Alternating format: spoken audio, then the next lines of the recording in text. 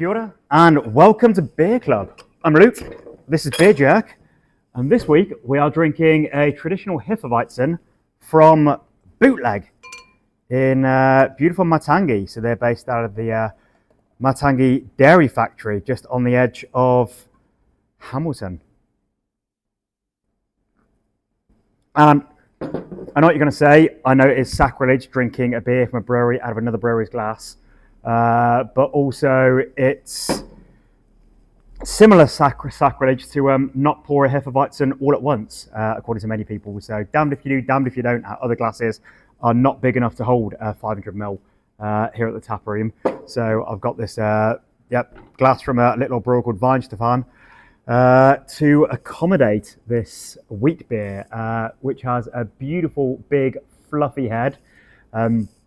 You can see at the end there, you pour a wheat beer in two parts. You pour most of it out and leave maybe half an inch in the bottom and rouse the yeast, zhuzh it around, and you can see the yeast sediment floating in here. But it is on the it's on the clearer side of wheat beers. A lot of wheat beers look thick, kind of like orange juice, I suppose, or like New England IPAs. So you have Kristallweizen, which is a style which is crystal clear and is filtered. And then the traditional Hefeweizens are normally more,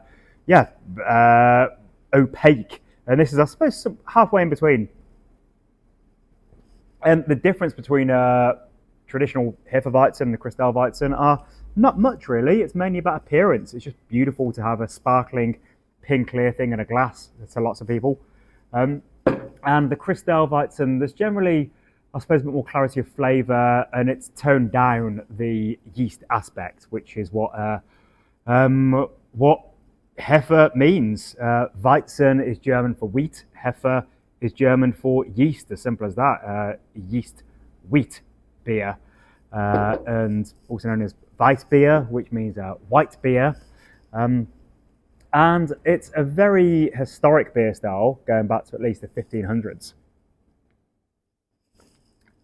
Which is far, far before Germany was a country. Bavaria was a duchy, part of the Holy Roman Empire, and that's a key important part, that it was the dukes and the nobles were the only people that were allowed to brew wheat beer. So it's a very cunning and clever way of taxing the populace and ensuring that the rich folks had a steady income, because wheat beer is absolutely delicious. So by monopolizing that for only the toffs, the dukes and the nobles, that meant they would always have a very steady income to keep them in beautiful palaces, which you can see dotted all around Bavaria.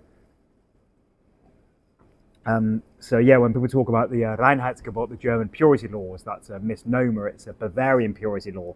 In other parts of what we now know as Germany, people were adding salt to their beer. They were adding coriander. There was all sorts of stuff happening in other parts of Germany historically. So the way that we think of German beer now as being lagers, Helles and Pilsner, and of course wheat beers. There was a lot going on historically with herbs and Groot and all that sort of things. But yeah, coming back to Bavaria, they joined Germany in 1871, which was just a few years before the Matangi dairy factory opened up, which I just looked it up. It was 1885. So a very important part of New Zealand history and our industrial history and our culture. So it was a really important site for pretty much 100 years at Matangi Dairy Factory, with processing dairy products for consumption all around New Zealand and export all around the world. And in the 1980s, that closed down, and now it's a wonderful historic site that has lots of businesses that are based there. So there's people making furniture, all sorts of stuff going on. You can actually go on a tour there. So that starts at in the Bootleg car park, and you can do a guided history tour and learn all about the history of the site. So yeah, it's a good home to Bootleg. And Bootleg were founded nearly 10 years ago. It was 2016. And what I love about Bootleg is that they're not following trends. They're not trying to be gigantic. They're not competing to be selling $19 six packs of pale ale in the supermarket, which seems like a fucking insane business plan for any small brewer in New Zealand. They're doing stuff that they like doing, cool stuff. So you see a lot of really interesting styles coming out of there. And it's mainly about their tap room and serving their local community.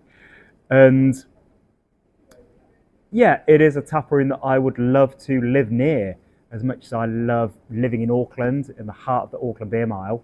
I think Bootleg would be a really, really cool place to have as your local. They've always got cool stuff going on. They have loads of music and just loads of good seasonal, interesting beer styles. I was chatting to Fraser earlier, and he was saying there's quite a big Belgian community nearby, so they really love all the Belgian beers they put out. They do quads and Belgian strongs and various different styles like that. But also there's a red lager they've got at the moment that I have not tried, but I'm really desperate to try. I think I'm going to try and get a keg from their next brew for the tap room here, so I can drink loads of it.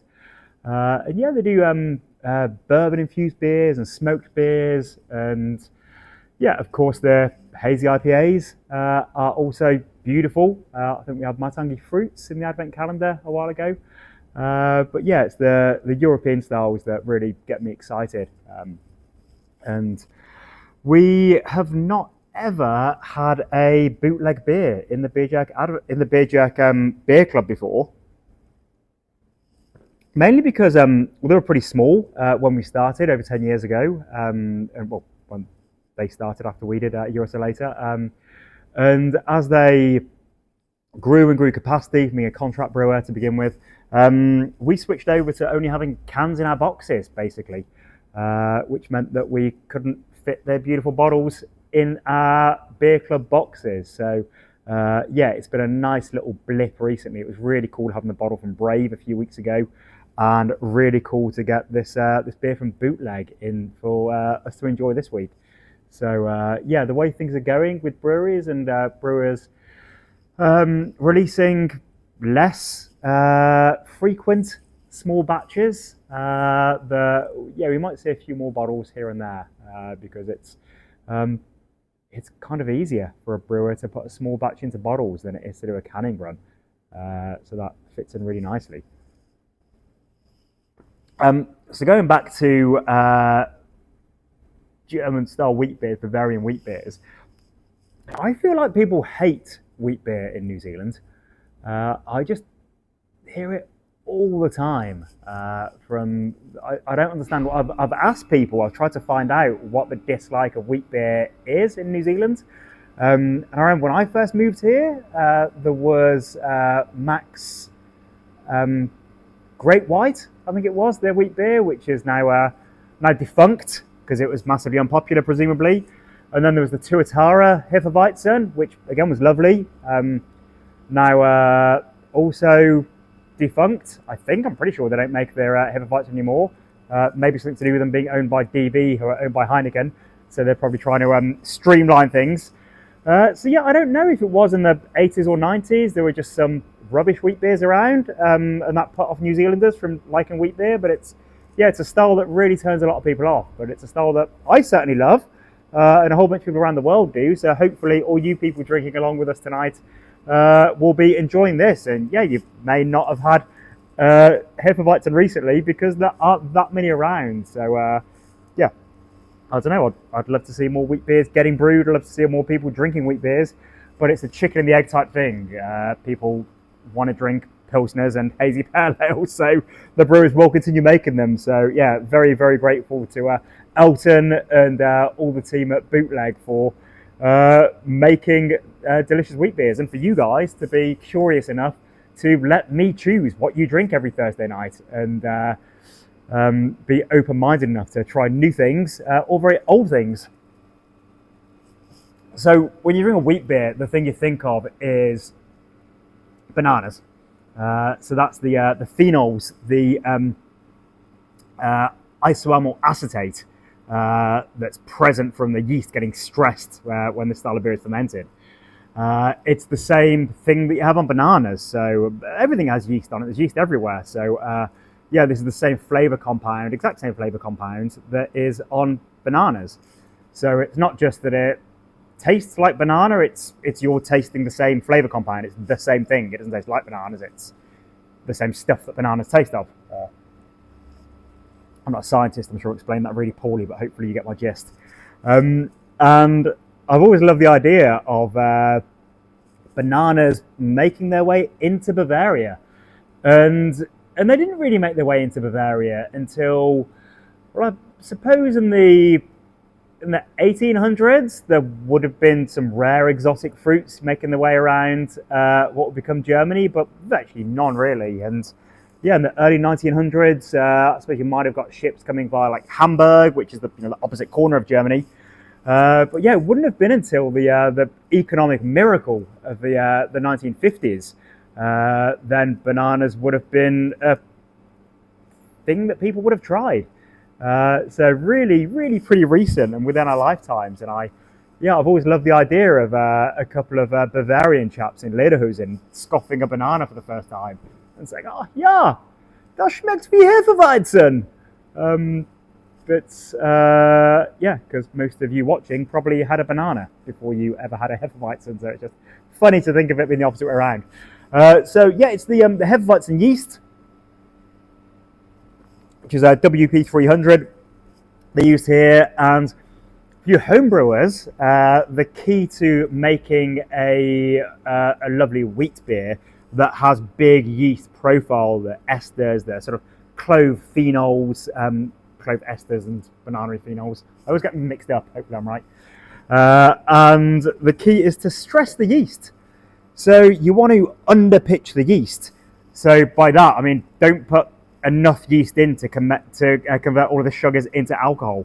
So they really have to work for it and to let the temperature of the fermentation get above what you might normally be comfortable with if you are used to brewing pale ales or the similar styles.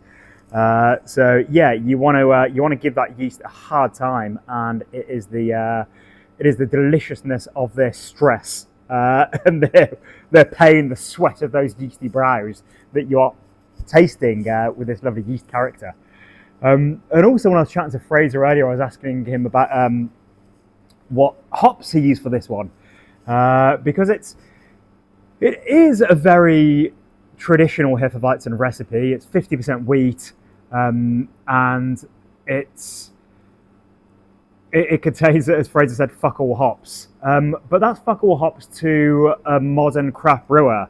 At a craft brewer like specifically Bootleg, they use huge amount of hops in their hoppy beers. It is financially irresponsible, the amount of hops that they put in there, the IPAs and hazy IPAs especially, which is the reason why they're so good. I always say it's use lots of good ingredients in a product and it's going to taste fantastic, but might not keep the bookkeepers happy. So while Bootleg may think there's fuck all hops in here, it is a very hoppy beer compared to the sort of things that Weihenstephan would be putting out. There is some hop character in there. You're getting a touch of bitterness. It is really low IBUs. It probably is like 17 IBUs or something, but more so than a traditional German wheat. And there is a bit of character. So it is Cascade hops, which are a hop that they always have on hand. They love to work with there, which is a modern New World American hop. So yeah, you're getting a bit of sort of piney hoppiness in here, but it's mainly about the yeast character and also the body. You've got all that wheat. It makes it really soft, really pillowy. It's just got great mouthfeel to it. It is a very, very Moorish beer. So yeah, lovely that we've got these half-litre bottles and can squeeze more in here. All right, with that, I'm going to leave you to enjoy your beautiful beer. So yeah, the takeaway from this, if anything, if I wasn't passionate enough about the Matangi Dairy Factory and about the Bootleg tap room, go and visit them. Yet another reason to visit Hamilton. They also have beautiful gardens, I hear. And I think there's a couple of good coffee roasters there. I'm not sure, but Bootleg is worth a visit all by itself, and any other nice things that are happening in Hamilton are just a boon on top of it. All right, I'm sick of talking. You're probably sick of listening. Thank you for joining us. Great work to all the gang at Bootleg for making fantastic beers. I hope we can shoehorn some more Bootleg beers in our boxes in the future. Let's see what the cardboard overlords say. We'll see you next time. Prost!